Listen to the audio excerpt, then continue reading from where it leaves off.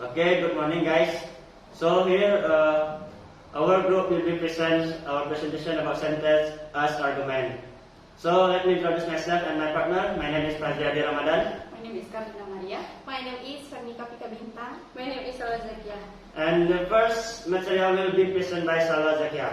Sentence as argument. An argument can also be a prediction, a real of potential fact. And since an argument is expressed as a causal, a sentence that is embedded in another sentence. In other words, we can make statement and question about fact. Maksud dari an argument ini maksudnya argumen juga bisa berupa predikat, fakta nyata atau potensial. Dan argumen semacam dinyatakan sebagai kausal. Selain itu, kita bisa membuat pernyataan dan tentang fakta. Contohnya itu, for example, we know that I opened the letter. Yang artinya dia tahu bahwa saya membuka surat itu. Okay, next the full statement clauses. Di sini a clause that has those characteristics subject pronoun as subject. Full possibility of verb modification is a full clause, and a combination of adjective and preposition may be followed by an abstract complement. The same adjective may have a clause as complement, in which case the preposition disappears.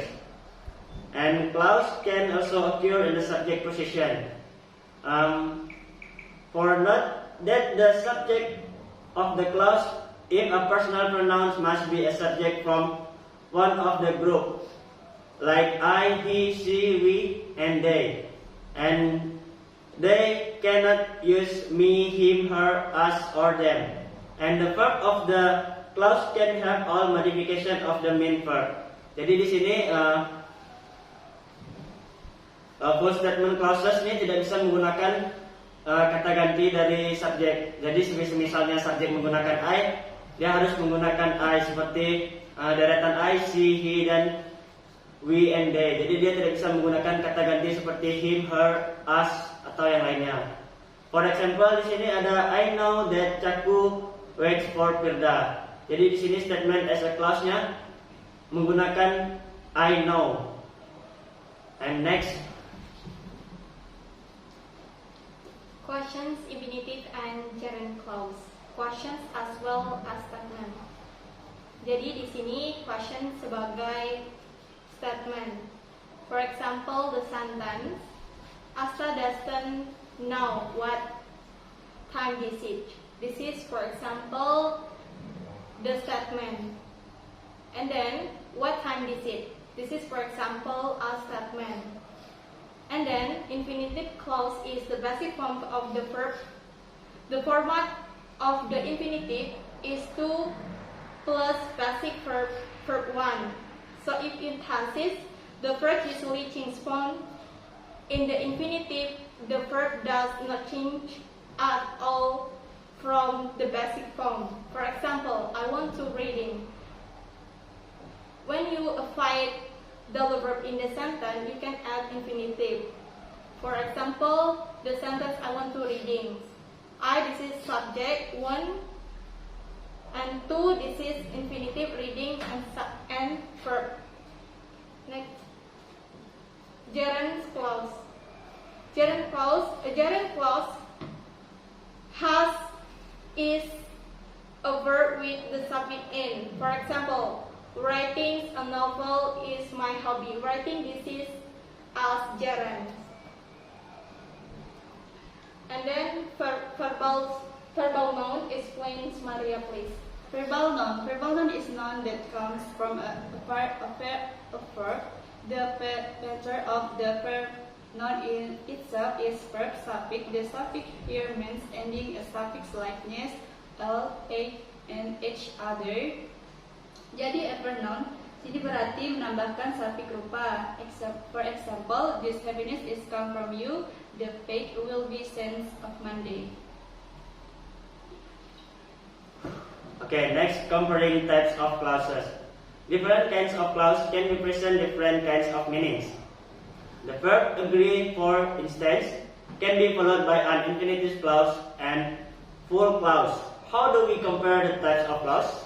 The first clause is divided into two types, namely independent clause and the dependent clause.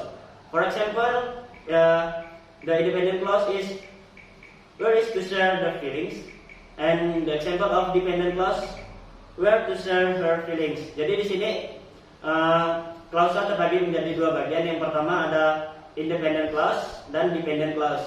Jadi dependent clause ini adalah kalimat yang bisa berdiri sendiri, yang mana subjek dan verb serta keterangannya lengkap. Sedangkan untuk yang independent clause adalah kalimat yang tidak bisa berdiri sendiri. Next, syntactic ambiguity. Syntactic ambiguity is the presence of two or more possible meanings in the sentence or sequence of words. For example, we show the dog, and then I show the door open.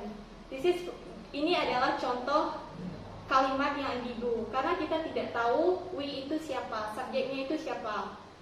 Nah, itu yang dinamakan syntactic ambiguity. So we move to section question and answer. First question from Ceku. How sentence as argument as a prediction? And the second question from Eka. Bagaimana menghindari double verb dalam satu kalimat? The first question will be answered. Bagaimana kalimat argumen sebagai kalimat prediksi atau as a argument prediction. Jadi seperti yang kita ketahui, kalimat prediksi adalah andai-andai yang mungkin terjadi. Jadi di sini sentence as argument bisa kita nyatakan semisal dengan contoh, mungkin hari ini akan hujan. Bisa kita terjemahkan dalam bahasa Inggris, maybe this day will be rain, atau bisa kita gunakan perandai-andaian menggunakan klausa if di awal pernyataan atau kalimat. Pertanyaan kedua akan dijawab oleh Bintang.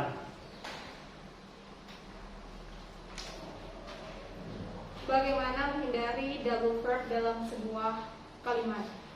Pertanyaan dari Eka. Nah, bagaimana cara kita menghindari double verb dalam sebuah kalimat? Nah, pertama kita bisa add the form to atau menambahkan infinitive dalam sebuah kalimat.